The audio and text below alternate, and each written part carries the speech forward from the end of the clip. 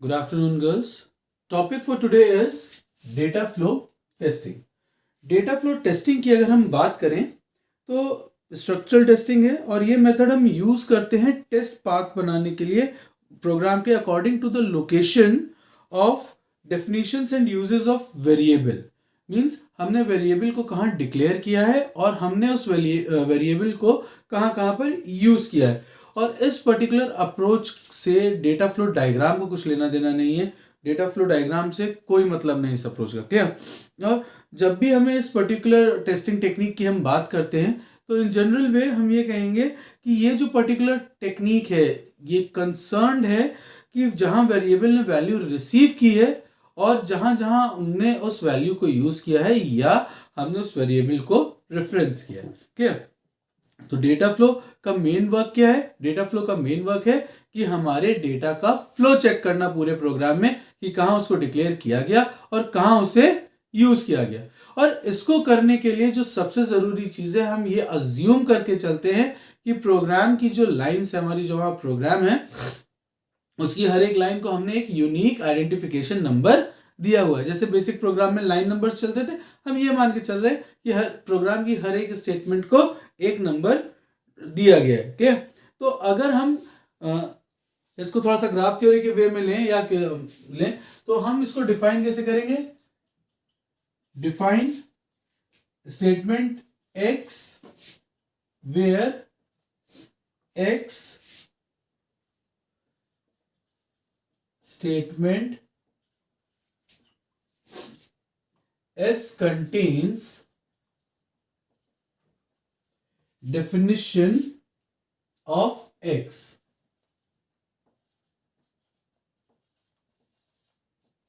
Clear.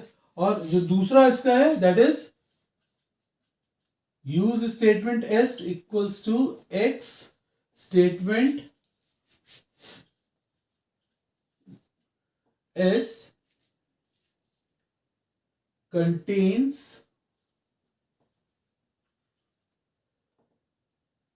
the use of X. Clear. तो यहां अगर हम बात करें नॉर्मल स्टेटमेंट है, अगर मैंने कहा लेट a इक्वल्स टू 10 या let int a equals to 5 तो यहां पर मैंने उसको डिक्लेयर किया. उसके बाद अगर मैंने उसे कहीं यूज किया है तो वो चीजें आएंगी. तो एक डेफिनेशन हो गया, एक यूज हो गया. क्लियर. सेकेंड, अगर कोई कंडीशन है मेरी या कहीं लूप है तो डीएफ जो सेट होता है वो एम्प्टी होता है और use set is based on condition of statement कि उसको हमने कितनी बार यूज किया है. क्लियर. डेटा फ्लो टेस्टिंग की बात करें तो कंट्रोल फ्लो ग्राफ जो होता है वहां बनाया जाता है ये सिचुएशन देखने के लिए कि वेरिएबल्स कहाँ पर हमारे डिक्लेयर हुए, कहाँ पर हमारे यूज किए गए और इंटरप्ट्स कहाँ कहाँ जनरेट हो रहा है. तो ये चीजें हम यहाँ पर आसानी से देख सकते हैं. ठीक. अगर इसकी हम बात करें तो एक छोटा सा एग्जाम्पल लेते हैं. एग्जाम्पल हम ले रहे हैं. Suppose line 1 read x, y. Line 2, if x is greater than y, then line 3, a equals to x plus 1, else line 4, a equals to y minus 1, line 5, print a. Clear. ये छोटा सा example है, छोटा सा हमारा code structure है जहां पर हम कह रहे हैं read x, y. If x is greater than y then a equals to x plus 1 else a equals to y minus 1. ठीक है. तो यहाँ पर एक बहुत सिंपल सी चीज है कि मैंने वेरिएबल को पहले डिक्लेयर किया है फिर मैं यूज कर रहा हूँ. यहाँ पर एनॉमलीज भी आती है, यहाँ पर प्रॉब्लम्स भी आती है. कैसी प्रॉब्लम है? सबसे पहली प्रॉब्लम तो यह है कि अगर मैंने वेरिएबल को डिक्लेयर नहीं किया और उसे मैं यूज करने लगूं या मैंने उसे यूज नहीं किया और मैंने उसे डिक्लेयर किया हुआ है तो भी प्रॉब्लम आएगी क्योंकि वेरिएबल अगर डिक्लेयर्ड है तो वो यूज होना चाहिए. इन जनरल अगर आप देखें, आप जावा प्रोग्राम बनाते हैं और आपने वेरिएबल नहीं यूज किया तो एक मैसेज आ जाता है variable is initialised but not used.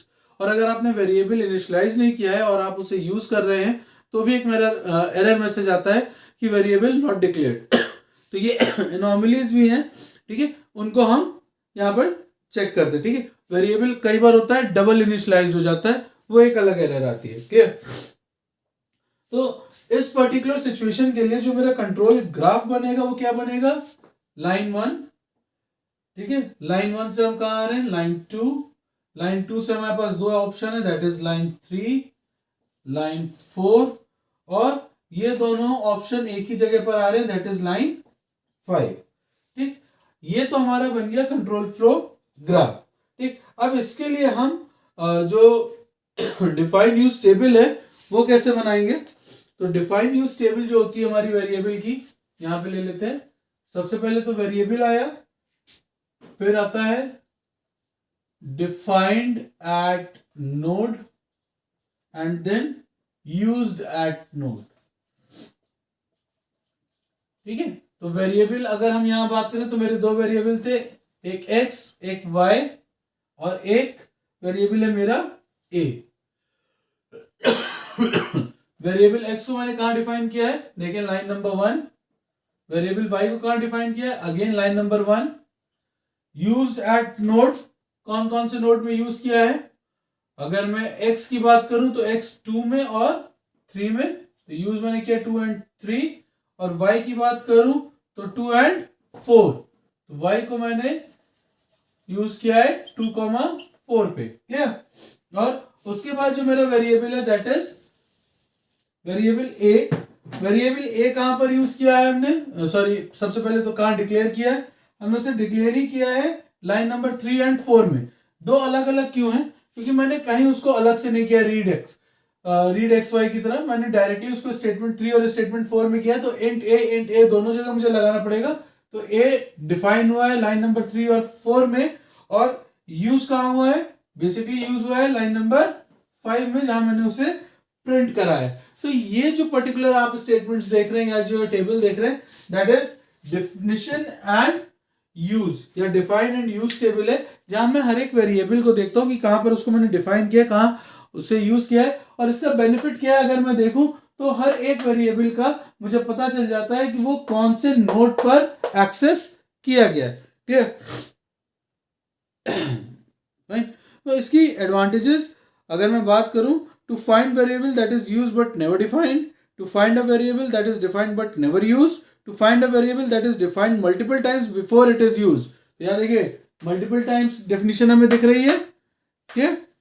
And deallocating a variable before it is used, sorry, ठीक है। डिसएडवांटेज क्या है, टाइम कंज्यूमिंग है, कॉस्टली है। टाइम कंज्यूमिंग क्यों है, इतने से ही कोड के लिए देखिए मुझे पहले इतना कंट्रोल फ्लो डायग्राम बनाना पड़ा, फिर मुझे एक डिफाइन यूज टेबल बनानी पड़ी, उसके बाद मैं कहीं जाके सारे वेरिएबल्स की वैल्यूज या चीजें देख पाया कि मैंने क्या उसे डिफाइन किया था या नहीं, क्लियर। नेक्स्ट जो हमारी टेस्टिंग टेक्निक है that is slice based testing.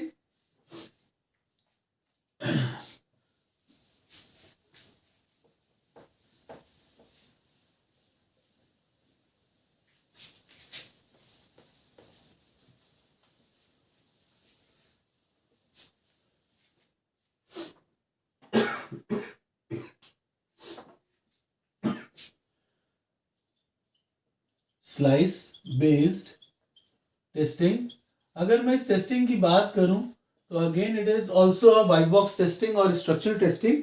और इसमें क्या है, हम जो हमारा सॉफ्टवेयर है या जो हमारा प्रोग्राम कोड है जिसको हमें टेस्ट करना है, उसके हम वेरियस स्लाइसेस बना लेते हैं और उन स्लाइसेस को टेस्ट करते हैं। अगर हमारे स्लाइसेस प्रॉपरली वर्क कर रहे हैं देन इट इज क्लियर कि सारी चीजें सही चल रही। और इससे प्रॉफिट क्या होता है कि हमारे स्मॉल स्मॉल स्लाइसेस बनते हैं और बग्स इजीली कैच हम कर सकते हैं। फाइन, स्लाइसिंग की अगर हम बात करें तो स्लाइसिंग हमारी दो टाइप की है, एक स्टैटिक है और एक डायनेमिक है। स्टैटिक स्लाइसिंग में हम क्या करते हैं, जो हमारे स्टेटमेंट्स हैं, सारे स्टेटमेंट्स जो इफेक्ट कर रहे हैं वैल्यू को, एक पर्टिकुलर वेरिएबल की वैल्यू को अगर चेंज कर रहे हैं तो उन सबको हम स्टैटिक स्लाइसिंग में डाल देते हैं और उनको एक साथ हम टेस्ट करते हैं। डायनेमिक में क्या है कि जो एक्चुअली इफेक्ट हो रही हैं वैल्यूज हमारे प्रोग्राम के अंदर और जो पर्टिकुलर एग्जीक्यूशन पॉइंट पर चेंज हो रही है उनको हम एक साथ रखते हैं। क्लियर? स्टैटिक से हमें प्रॉफिट क्या है कि स्टैटिक स्लाइसेस जो है एक तो जनरली लार्जर होती है, तो प्रॉफिट तो नहीं कहूँगा, but yes larger code segment को हम एक साथ चेक कर लेते हैं और जितने भी पॉसिबल एग्जीक्यूशंस हैं वो सारे एग्जीक्यूशंस यहाँ पर हो जाते हैं। डायनेमिक में क्या है कि डायनेमिक स्लाइसेस थोड़े से स्मॉल हैं और सिर्फ पर्टिकुलर एग्जीक्यूशंस को हम यहाँ चेक कर सकते हैं, जैसे हमने अपडेट किया है, हमने डिलीट किया है, तो वो प्रॉपर वर्क कर रहे हैं या नहीं। फाइन। अब अगर मैं एक छोटा सा कोड स्निपेट यहाँ पर भी लूँ, तो सपोज मैंने यहाँ लिया है, first of all I clear the board.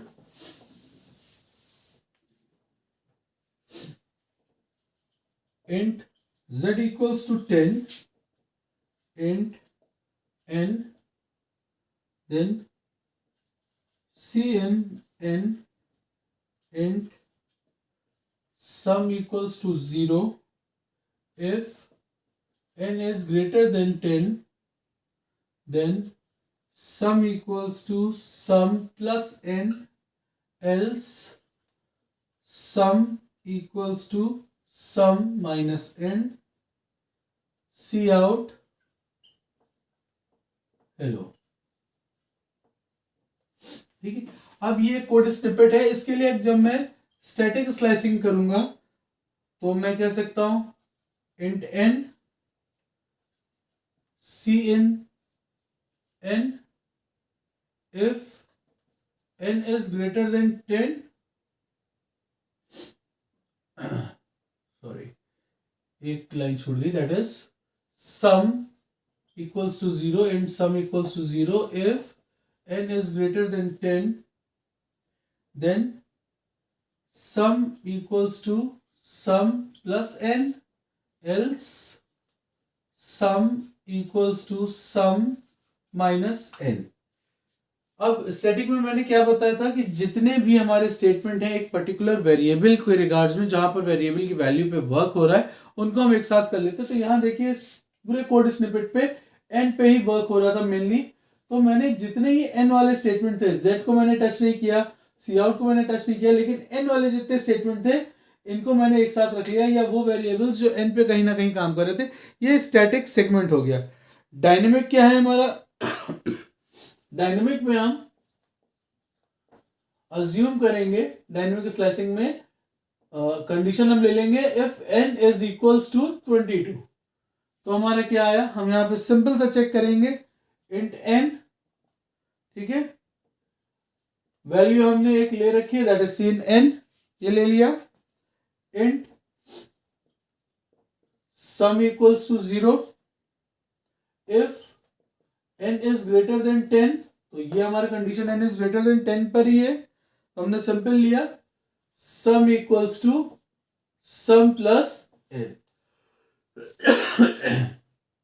तो ये स्टेटमेंट्स लेने से हमको प्रॉफिट क्या हो रहा है कि हमें सिर्फ एक पर्टिकुलर कंडीशन चेक करनी है, अगर ये कंडीशन सही है तो हमारा सारा काम सही है।